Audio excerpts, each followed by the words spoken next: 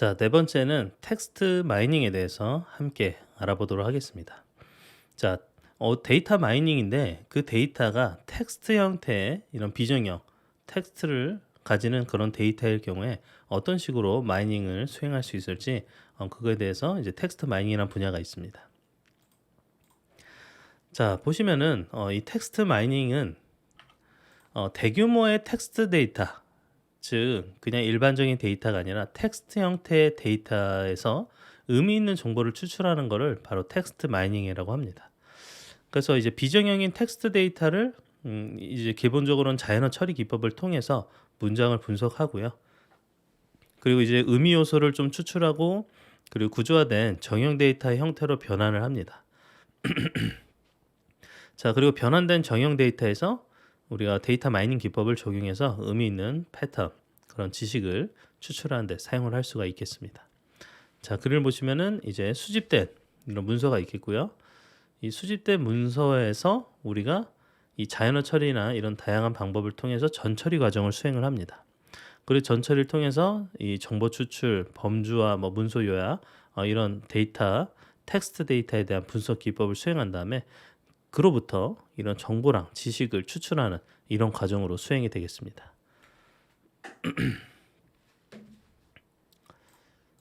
자, 그리고 텍스트 마이닝에 대한 이 절차인데요. 절차는 이 정보 수집, 바로 비정형, 반정형의 텍스트 데이터를 수집하는 단계인데 정보 수집을 대량의 텍스트 데이터를 이제 수집을 하고요. 그다음에 이제 정보 처리 단계입니다. 정보 처리 단계는 대용량의 텍스트 데이터에서 특정 키워드나 그리고 일부 의미 있는 그런 요소를 추출하려고 전처리하는 그런 단계이고요. 그다음 정보 추출은 이 정보 추출에서 이제 수학적인 모델을 사용하거나 그리고 알고리즘들을 이용해서 텍스트로부터 이제 유용한 정보를 추출하거나 그리고 텍스트 마이닝을 위한 정보 추출 방법에 다양한 목적, 그다음 조건, 환경 등이 존재하고요. 그리고 정보 추출 방법이 텍스트 마이닝에서는 좀 중요한 그런 파츠입니다. 가장 중요한 부분이라고 볼 수 있는 게 결국엔 정보 추출 방법을 잘 하는 그냐에 따라서 그 뒤에 있는 알고리즘이 어떻게 수행이 되는지가 결정이 되기 때문에 그런 중요한 방법인데요.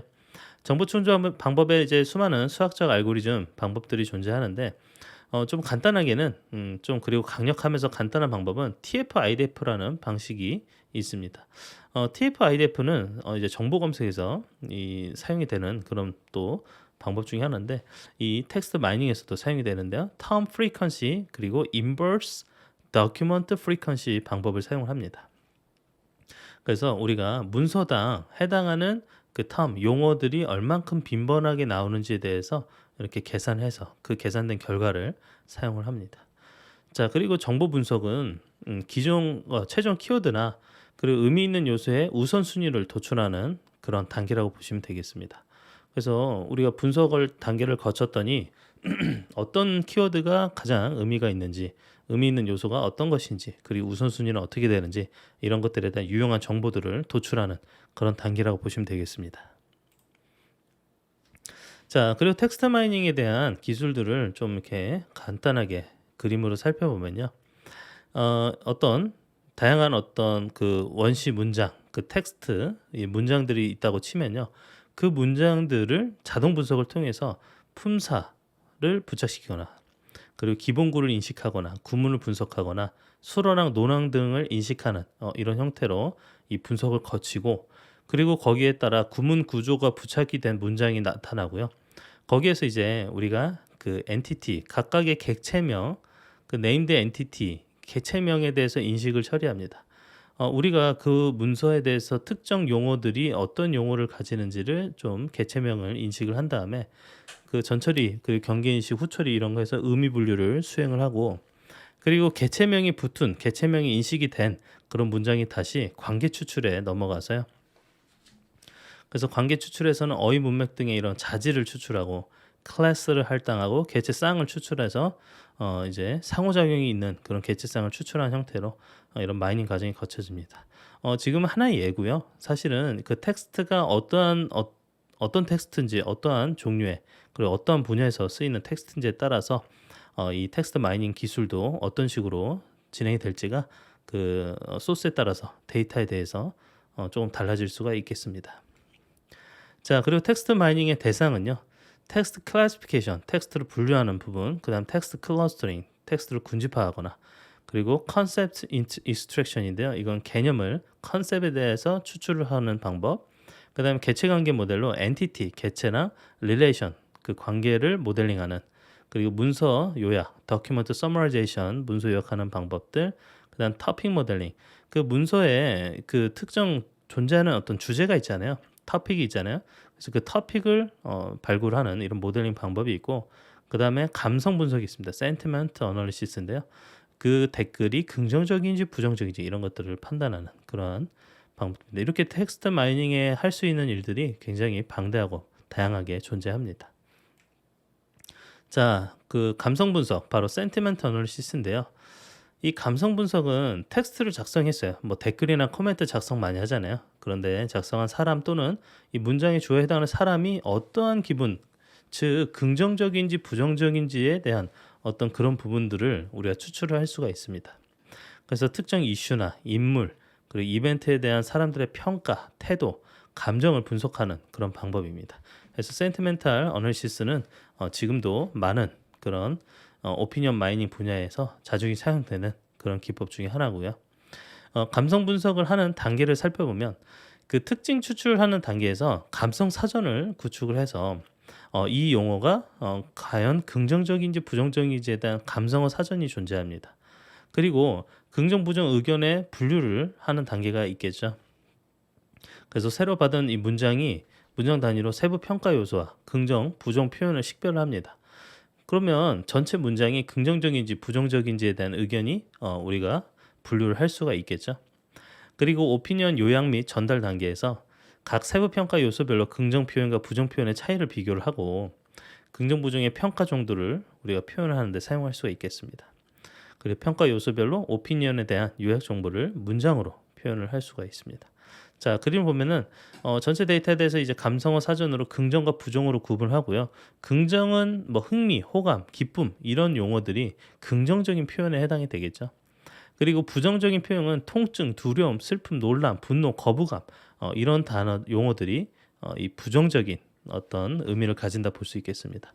자, 이렇게 계속 분류를 해놓으면 긍정적인지 부정적인지에 대한 정도를 우리가 얻어낼 수가 있겠죠. 자, 그리고 오피니언 마이닝 기술인데요. 자, 긍정이랑 부정을 표현하는 단어 정보를 추출하는데 기존에 구축된 사전이나 뭐 리소스를 이용해서 수작업으로 그 해당 도메인의 고빈도 긍정 부정을 표현하는 단어들을 확인할 수 있고, 그리고 학습 데이터에서 유용한 통계 정보를 활용해서 자동으로 어휘 정보를 얻을 수도 있습니다. 그리고 한국어로 작성한 사용자 별점이 아주 높은 리뷰에서는 이런 고빈도 단어를 긍정 표현으로, 그리고 사용자 별점이 아주 낮은 리뷰에서는 고빈도 단어를 부정 표현으로 추출할 수가 있습니다.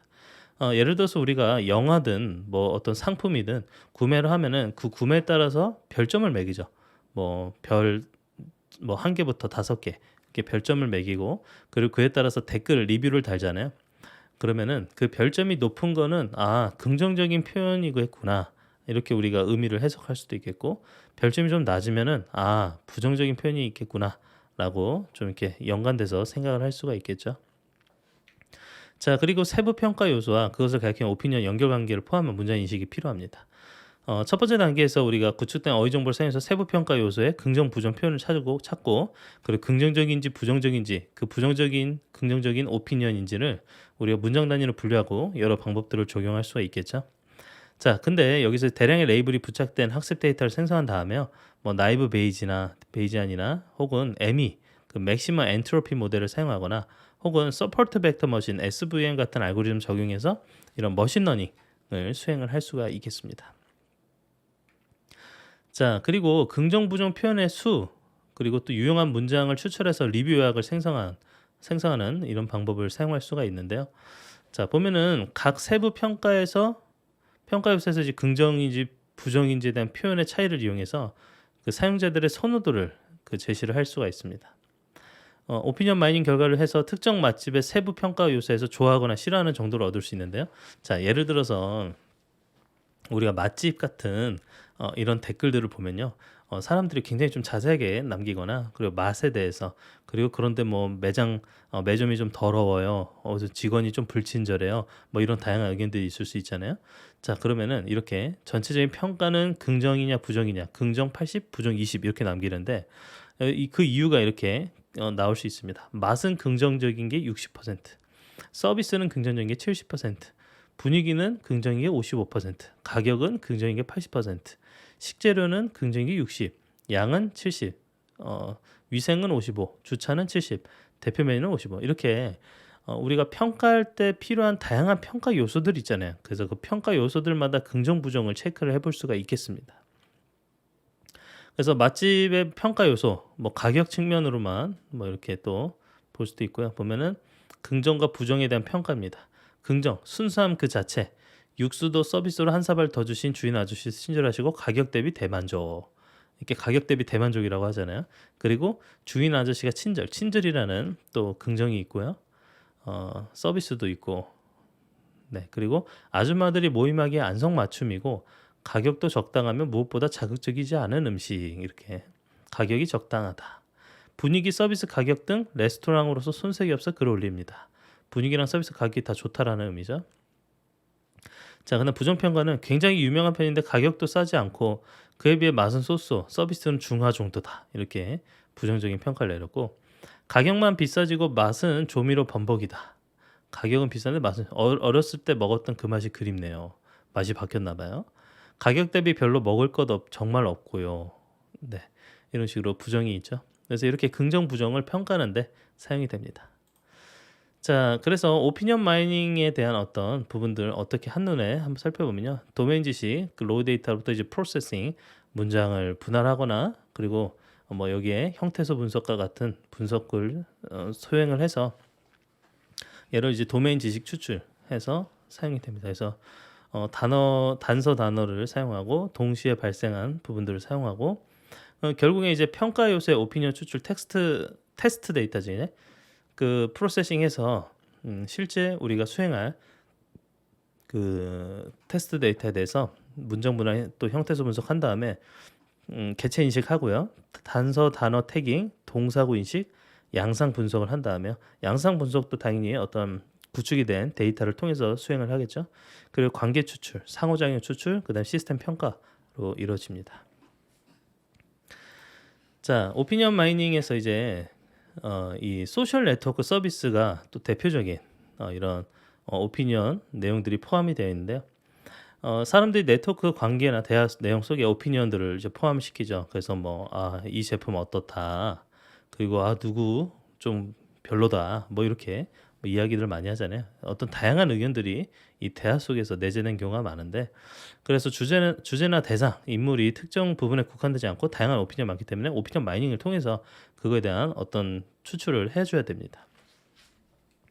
자, 보면 SNS 상에 이제 고객 의견을 수집을 해요. 그래서 SNS에 남기는 사람들의 다양한 어떤 고객 의견들을 가지고 온 다음에, 그리고 어떤 기업을 위해서 기업의 어떤 제품 평가나 마케팅적인 요소에 대한 어떤 피드백을 위해서 한번 본다고 치면 기업 DB 내의 이름과 매칭되는 문장을 추출합니다. 연관되는 게 있는지 찾아내는 거죠. 그리고 세부 사항별 의미의 극성을 판별하죠. 그래서 긍정인지 부정인지에 대한 극성을 판별을 합니다. 그리고 그거에 따른 분석이 나타나고, 그래서 특정 제품이 어떤 부분에 대해서 어떤 평가 요소에 대해서 부정적인지 긍정적인지를 분석한 결과를 내보낼 수가 있겠죠. 자, 이렇게 또 텍스트 마이닝에서 오피니언 마이닝이 또 자주 이렇게 외부 어떤 사용자들의 의견을 분석하는데 사용을 할 수가 있겠습니다. 자, 그 다음에는 대표적으로 또 이 텍스트 마이닝에서 사용되는 방법 중에 하나가 바로 토픽 모델링입니다. 토픽 모델링은 그 문서들에서 어떤 주제들이 다뤄지고 있는지, 그리고 각 문서가 어떤 주제들을 다루고 있는지를 이 비지도 학습으로 찾아내는 방법인데요. 지도 학습인 경우에는 우리가 특정 문서의 주제가 다 있는 그런 데이터가 존재하는 경우에서 수행을 할 수가 있는데, 근데 이 문서가 어떤 주제를 내포하고 있는지를 비지도 학습으로 사용하는 방법, 바로 대표적인 토픽 모델링입니다. 그래서 다수의 문서가 주어지고 있다고 치면 그 문서가 여러 개의 어떤 토픽을 다루고 있다고 전제를 합니다. 그래서 이들 주제의 반영 비율을 결정을 할 수 있겠는데요. 자, 주제를 구성하는 단어들의 확률 분포를 따라서 결정을 하는 그러한 이 방법을 사용을 하는데 대표적인 알고리즘이 LDA 알고리즘입니다. 그 레이턴트 그다음 디리클레 어로케이션이라고 해서 LDA라고 하는데요. 이 대표적인 토픽 모델링인데 우리가 그림으로 살펴보면 이렇게 이 노테이션 이런 표현을 해주는 노테이션이 있는데 이런 노테이션 그림으로 우리가 살펴보면 이 사각형 안에 있는 원이 이 랜덤 베리어블입니다. 확률 변수. 그다음 사각형 방의 원은 이 하이퍼 파라미터입니다. 지금 여기선 하이퍼 파라미터 알파랑 베타가 있죠. 그리고 사각형 우측 하단의 기호 KNM 이렇게 있는데 그거는 확률 변수의 반복 개수입니다. 즉 여기에 얼만큼이 반복이 되는지 여기도 얼만큼 반복되는지가 이렇게 표시가 되어 있죠.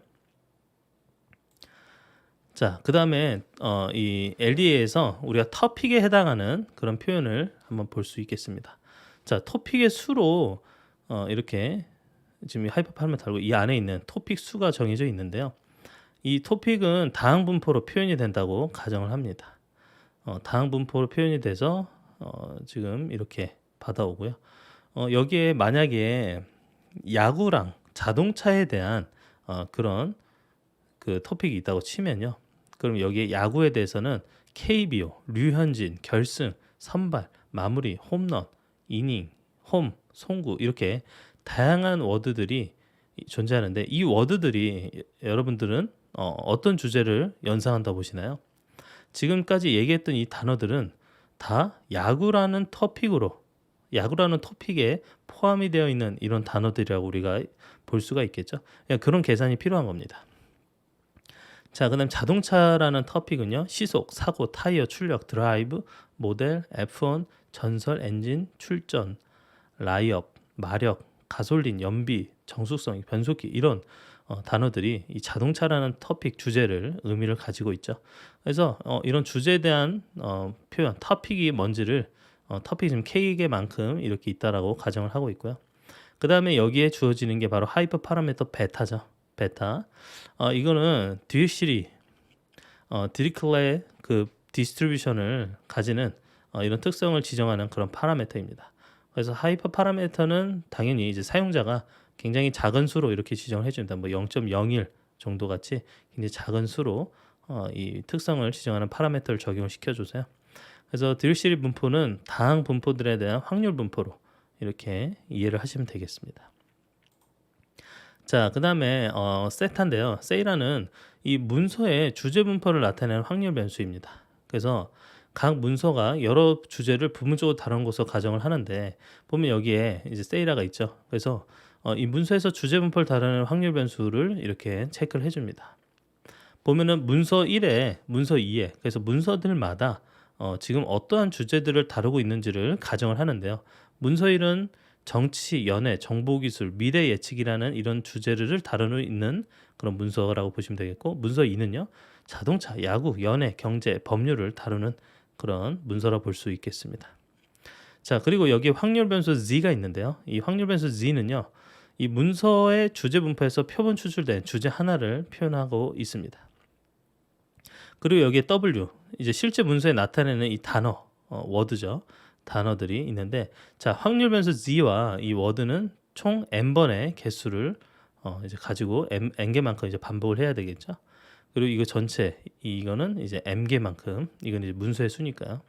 그래서 단어의 수 n, 그다음 문서의 수 m, 그다음에 주제 토픽의 수 k 이렇게 분류를 해서 생각하시면 되겠고요.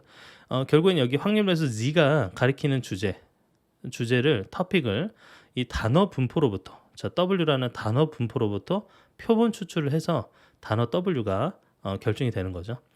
그래서 전체 주제 단어 분포에서 그 표본 추출해서 단어 W를 결정하는 형태로 동작을 합니다. 자, 그러면 이 LDA라는 이 학습을 왜 하느냐? 이거는 문서의 주제 분포랑 주제 단어 분포를 결정하는 형태로 동작을 합니다. 그래서 여기에서 Z값, 이 확률 변수 Z값을 결정하면 즉 문서의 주제 분포나 주제 단어 분포를 결정하는 게 가능해지는 거죠. 근데 여기서 이 Z값을 결정하는 대표적인 방법이 우리 이전에 살펴봤던 깁슨 샘플링 방법을 사용하는 방법입니다. 그래서 깁슨 샘플링을 통해서 Z값을 계산하고 그래서 거기에 대해서 이 확률적으로 이 분포에 대한 부분들을 계산을 다 해서 그래서 해당 문서에 어떠한 토픽이 얼만큼의 이 확률적으로 이 주제를 토픽을 다루고 있는지를 우리가 결과로 얻을 수가 있겠죠. 그래서 이런 토픽 모델링에서 이 LDA 알고리즘이 가장 자주 쓰이는 대표 알고리즘 중에 하나입니다. 자, 이렇게 해서 우리가 텍스트 마이닝에서 사용이 되는 여러 가지 텍스트 마이닝 개념, 기법들, 그다음 절차, 기술들, 그리고 거기에 각각 사용되는 다양한 어떤 이 알고리즘들에 대해서 살펴봤습니다.